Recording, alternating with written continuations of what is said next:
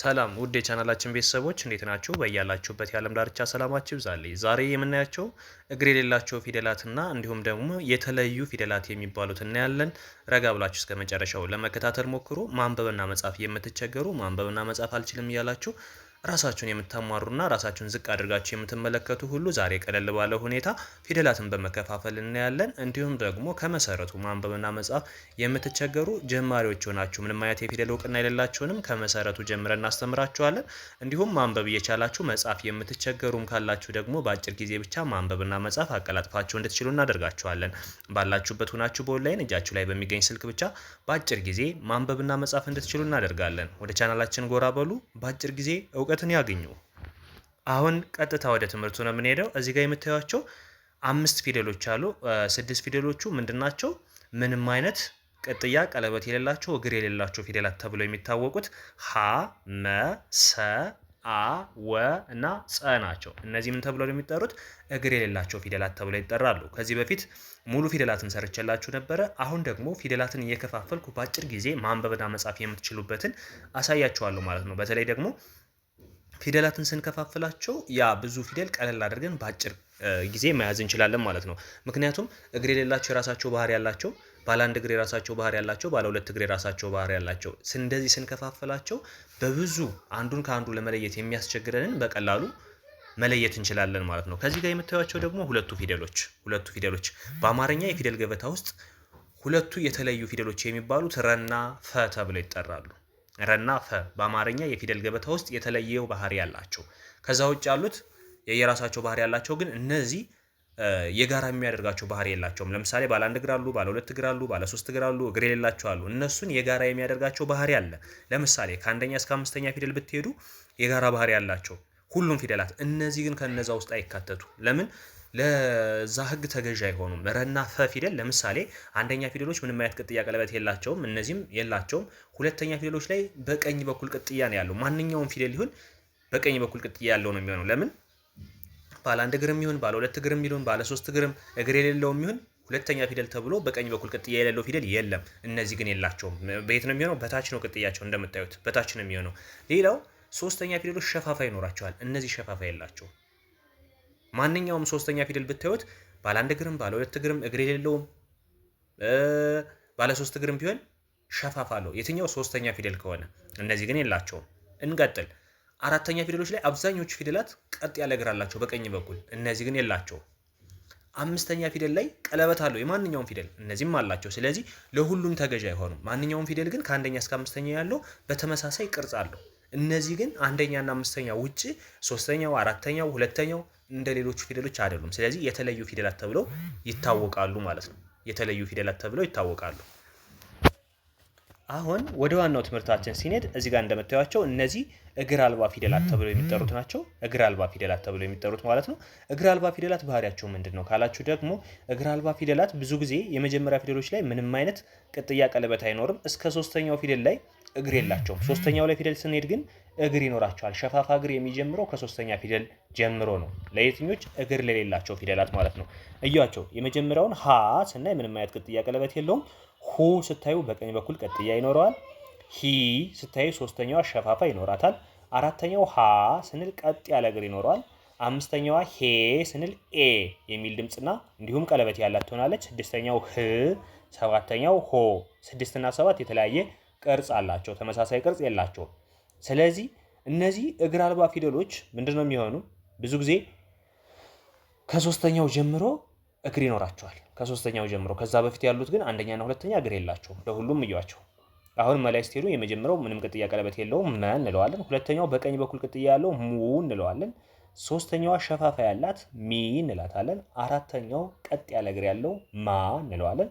አምስተኛዋ ቀለበት ያላት ሜ እንላታለን። ስድስተኛው ምንድነው የሚሆነው? መሀል ላይ እግሩ ይነሳና ወደ ግራ ሸፈፍ ይላል ምን እንለዋለን። ሰባተኛው ቀጥ ያለ እግር ሲኖረው ሞ ይሆናል። ሞ። ሌላው ወደ ሰ ፊደል ስትሄዱም አሁን ስድስተኞች ላይ ትንሽ ይመሳሰላሉ የመና የሰ።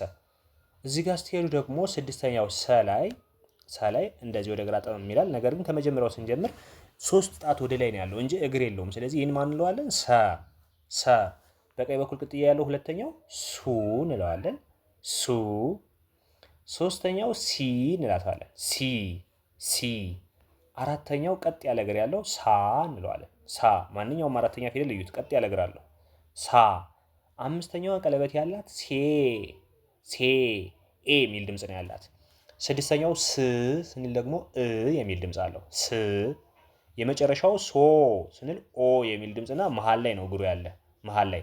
እዚህ ጋር አራተኛውና ስድስተኛው ተቃራኒ ናቸው። እሺ አራተኛው ቀኝ እግሩ ሲረዝም፣ ስድስተኛው ደግሞ ግራ እግሩ ይረዝማል ማለት ነው። ግራ እግሩ ይረዝማል። ስለዚህ አራተኛውን ሳ ስንለው ስድስተኛውን ስ እንለዋለን። ከዛ ወደ ወ ፊደል ስንሄድ ደግሞ አሁንም እግር አልባ ፊደል ነው።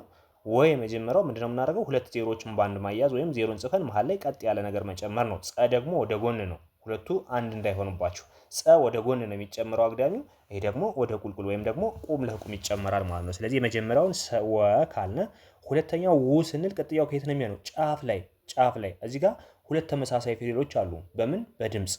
እነሱም ሁለተኛው ወ እና ስድስተኛው ው፣ አንደኛው ወ እና ሰባተኛው ወ፣ ሁለተኛው ው እና ስድስተኛው ው ናቸው።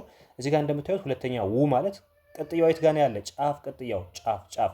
ስለዚህ ው እንለዋለን። ሶስተኛው ዊ ካልነ ሸፋፋ ነች። አራተኛው ዋ ካልነ ቀጥ ያለ እግር ይኖረዋል። አምስተኛው ዌ ካልነ ቀለበት ነው የሚኖራት። ስድስተኛ ው ካልነ ከሁለተኛው የምትለየው በምንድን ነው? በቅርጽ ነው። ው ነው። አንደኛው ሁለተኛውም ው ነው፣ ስድስተኛውም ው ነው። የሚለዩት በቅርጽ ነው። ቅርጻቸውም ከላይና ከታች መሆን ነው። የሁለተኛው ጫፍ ላይ ነው የሚሆነው፣ ው እንለዋለን። የስድስተኛው ደግሞ መሀል ላይ ነው የሚሆነው። እዚህ ጋር እንደምታዩት መሀል ላይ ነው፣ ው እንለዋለን። የሰባተኛው ወ ማለት እንደዚህ ጠመም አድርገን እንደ ም ፊደል እንወስዳታለን ማለት ነው። ከዛዝኛው ጋር ስንሄድ ደግሞ ይሄ አ ፊደል ነው አይደለ? አ አይኑ አ ይባላል። አይኑ አ። እዚህ ጋር በዋናነት አንደኛውም ወ ነው፣ ሰባተኛውም ወ ነው፣ ሁለተኛውም ው ነው፣ ስድስተኛውም ው ነው። የሚለዩ ፊደሎች ሶስተኛው ዋና ዌ ናቸው። እነዚህን በደንብ ያዟቸው። ከዛ ወደዚህኛው ስንሄድ ይሄኛው አይኑ አ ወይም ዜሮ አ ይባላል። አ። ሁለተኛው ኡ ካልነ በቀኝ በኩል ቅጥያ ይኖረዋል። ሶስተኛው ኢ ካልነ ሸፋፋ ይኖራታል። አራተኛ አ ካልነ መጀመሪያ ዜሮን እንጽፍና ልክ 7 ቁጥር ስንጨምርባት አ ትሆናለች። እችንም ዜሮን ጽፈን 7 ቁጥር እንጨምርና ቀለበት ስናደርግባት ኤ ትሆናለች። እችኛዋ እ ማለት አን ከጻፍን በኋላ ወደ ላይ እንደዚህ ቀጥ አድርገን መጨመር ነው። እ ትሆናለች። እችኛዋ ኦ ደግሞ 9 ቁጥር ማስመሰል ነው። ኦ። ሌላው እቺ ጸ ፊደል ትባላለች። ከወ ፊደል የምትለየው በምንድን ነው? ወ ፊደል ዜሮን ከጻፍነ በኋላ ወደ ቁልቁል አግዳሚ መሀል ላይ ስንጨምርበት ወደ ቁልቁል ስንጨምርበት፣ ይሄኛው ደግሞ ወደ ጎን አግዳሚ ነው። ወደ ጎን አግዳሚ ከሆነ ጸ ነው። ወደ ቁልቁል ከሆነ ደግሞ ወ ይባላል። ወ። ሁለቱ የተለያዩ ናቸው። ሁለተኛው ጹ ስንል በቀኝ በኩል ቅጥያ ይኖረዋል። ይሄ ጸሎቱ ጸ ያኛው ሲሆን ይሄኛው ፀሐዩ ጸ ተብሎ ይጠራል። ፀሐዩ ጸ ተብሎ ይጠራል። ስለዚህ ጹ ካልነ በቀኝ በኩል ቅጥያ እንጨምርበታለን። ጺ ካልነ ሸፋፋ እናደርግባታለን። ጻ ካልነ ደግሞ ቀኝ እግሯ ይረዝማል። እዚህ ጋር በተመሳሳይ አምስተኛ ጼ ካልነ ቀለበት ይኖራቸዋል። ስድስተኛ ጽ ካልነ ልክ እንደ እ ፊደል ወደ ላይ ትዞርና ቅጥያ ይኖራታል። ሰባተኛው ኦ ስንል እዚች ጋር ምን ትሆናለች? እንደ 9 ቁጥር ትሆንና አግዳሚዋ አትቀርም ማለት ነው። ስለዚህ ጾ ብለን እንጠራታለን። እዚህ ጋር ደግሞ የተለዩ ፊደላት ይላል። የተለዩ ፊደላት ማለት ቅድም መግቢያ ላይ እንደገለጽኩላችሁ እነዚህ ሁለቱ ናቸው፣ ረና ፈ። ለምንድን ነው የተለዩ የተባሉት? ከሌሎች ፊደላት አንጻር ሲታዩ ለህጉ ተገዥ አይሆንም። አሁን ከአንደኛ እስከ አምስተኛ የሁሉም ፊደል ተመሳሳይ ነው ብለናል። እንደምታዩት አሁን ለምሳሌ እዚህ ጋር አንደኛ ሁሉም ምንም ቅጥያ የላቸውም። ሁለተኛ በቀኝ በኩል ቅጥያ አላቸው። ሶስተኛ ሸፋፋ አላቸው። አራተኞች ቀጥ ያለ እግር አላቸው። አምስተኞች ቀለበት አላቸው። ስለዚህ ከ1 እስከ 5 ተመሳሳይ ነው። እነዚህ እግር አልባ ፊደሎች እንኳን ብቻቸውን ማለት ነው። ሌሎችንም እናያለን። እነዚህ ግን ከ1 እስከ 5 ስትሄዱ ተመሳሳይ ቅርጽ የላቸውም። እዩት። አሁን አንደኛ ምንም አይነት ቅጥያ ቀለበት የለውም ብለናል። አዎ የላቸውም። እነዚህም ሁለተኛው በቀኝ በኩል ቅጥያ አለው፣ የለውም ይሄ ቅጥያ። ሶስተኛው ሸፋፋ ወይም ጫማ አለው፣ የለውም። አራተኛ ቀጥ ያለ እግር አለው፣ የለውም። እነዚህ አምስተኛ ለብቻ ቀለበት አላቸው። ስለዚህ ከነዚህ ጋር አይመሳሰሉም። ስለዚህ ምን ተብለዋል? የተለዩ ፊደላት። የተለዩ ፊደላት በመባል ይታወቃሉ ማለት ነው። ስለዚህ የመጀመሪያው ረ ካልነ እንደዚህ አድርገን እንደዚህ እንጽፋታለን። ረ። ሁለተኛው ሩ ከታች ዝች ጋር ቅጥያ መጨመር ሩ። ሶስተኛው ሪ ካልነ እጥፍ አድርገን ጭልፋ ማስመሰል ሪ። አራተኛው ራ ካልነ ሶስተኛዋን ሪ ያደረግናትን መልሰን ወደኋላ ገልበጥ ስናደርጋት ራ ትሆናለች። አምስተኛ ሬ ካልነ ቀለበት ይኖራታል። ማንኛውም አምስተኛ ፊደል ቀለበት አለው። ስድስተኛዋ ር ደግሞ ግማሽ ክብ ወይም ግማሽ ጨረቃ ነው የምትመስል ር እንላታለን። ሰባተኛዋ ሮ ካልነ ርን ከጻፍን በኋላ ቀለበት መጨመር ካናቷ ላይ ርን ጽፈን ከዛ ካናቷ ላይ ቀለበት ሲጨምርባት ማን ትሆናለች? ሮ ትሆናለች ማለት ነው። ሌላው ይሄኛው ደግሞ ፈ ፊደል ነው። ፈ የመጀመሪያዋ ፈ ረን ከጻፍን በኋላ እዚች ጋር ከመታጠፊያዋ ላይ ቀለበት ስንጨምርባት ፈ ትሆናለች። ሁለተኛዋ ደግሞ ምንድነው የምትሆነው? አሁንም ቀለበት መጨመር ነው። ይሄኛው ልክ እንደዚህ ካደረግን በኋላ እዚች ጋር ቀለበት ስንጨምርባት ምን ትሆናለች? ፉ። እዚህ ጋር ፉ ስንል ወደዚህ ጠመም ይላል። ጠመም ይላል። አሁን ሩ ካልነ ቀጥ ነው አይደል? ይሆነ። ይሄኛው ደግሞ ፉ ስንል ወደዚህ ትንሽ ጠመም ይላል። ምክንያቱም ከአራተኛው ጋር እንዳይመሳሰል ነው። አራተኛው ሙሉ ለሙሉ ቀጥ ነው የሚለው። እቺ ሁለተኛዋ ደግሞ ወደዚህ ጠመም ነው የምትል።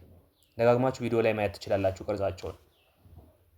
ከዛ ሶስተኛዋ ፊ ማለት ደግሞ ጭልፋ እናስመስልና እዚህ ጋር ቀለበት እናደርግባታለን። ፊ ትሆናለች። አራተኛው ፋ እንዳልኳችሁ ልክ ፈን ከጻፍን በኋላ ሙሉ ለሙሉ ቀጥ ያለ እግር ስናደርግበት ፋ ይሆናል። እዚህ ጋር ጠመም ካለ ግን ሁለተኛ ፉ ነው የሚሆነው። ሁለቱን ልዩነቱን እወቁ። አምስተኛ ፌ ካልነ ቀለበት እናደርጋለን። ስድስተኛ ፍ ደግሞ ርን ከጻፍን በኋላ ግማሽ ጨረቃ ከጻፍን በኋላ ቀለበቷን አውርደን እግር ማስመሰል። ስለዚህ እቺ ማን ትሆናለች? ስድስተኛ ፍ ትሆናለች። ስድስተኛ ፍ ትሆናለች።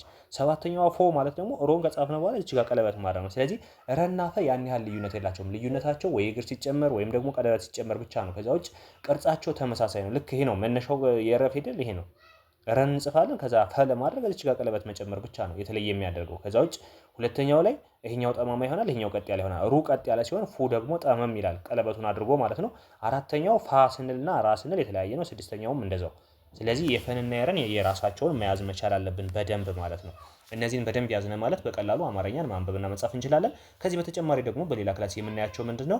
ባለ 2 እግር ፊደል አሉ፣ ባለ 1 እግር ፊደል አሉ፣ ባለ 3 እግር ፊደል አሉ። የነሱን የጋራ ባህሪ የራሳቸው መለያ የሆነውን ነገር ብቻ አውጠን በግልጽ እናያለን ማለት ነው። ስለዚህ አማርኛን ጀማሪዎች ከሆናችሁ ከመሰረቱ ለምትጀምሩ ቀለል ባለ ሁኔታ በዚህ መልክ እያስተማርናችሁ እስከ የትኛውም ፊደል ማንበብ ቃል አረፍተ ነገር ስለምንደርስ እናንተ ረጋ ብላችሁ በመከታተል ለቻናላችን አዲስ ከሆናችሁ ሰብስክራይብ እያደረጋችሁ እንዲሁም ላይክ እና ሼር እያደረጋችሁ አማርኛን ከመሰረቱ ማንበብና መጻፍ ለሚቸገሩ እያዳረስላችኋቸው ማንኛውም ማንበብና መጻፍ የሚቸገር በአጭር ጊዜ ማንበብና መጻፍ እንዲችል ማንኛውንም ሰው ከጨለማ ወደ ብርሃን እንድናሸጋግረው የሁላችንም ትብብር ያስፈልገናል። ስለዚህ እናንተ ይህን ቪዲዮ አይታችሁ ለሌሎች ጓደኞቻችሁ ሼር በማድረግ ሁሉም የሚጠቀምበት ዘንድ የራሳችሁን ድርሻ ትወጡ ዘንድ ከወዲሁ ላስተላልፍ እወዳለሁ። አብራችሁ ስለነበራችሁ ከልብ አመሰግናለሁ። በውስጡ መስመር መማር የምትፈልጉ ካላችሁ በሳምንት 5 ቀን ከሰኞ እስከ ዓርብ እናስተምራችኋለን። ዲስክሪፕሽን ላይ በምታገኙት ስልክ በኢሞ፣ በዋትስአፕ፣ በቴሌግራም አናግሩን። በ0931 32 77 66 ብላችሁ ብትደውሉ ታገኙናላችሁ። ምናልባት ከፈጠንኩባችሁ 0931 32 77 66 ብላችሁ መደወልና በአጭር ጊዜ ማንበብና መጻፍ እንድትችሉ እናደርጋችኋለን። አብራችሁ ስለነበራችሁ ከልብ ነው ማመሰግነው። በሌላ ክላስ ከምንገናኝ መልካም ጊዜ ይሆንላችሁ።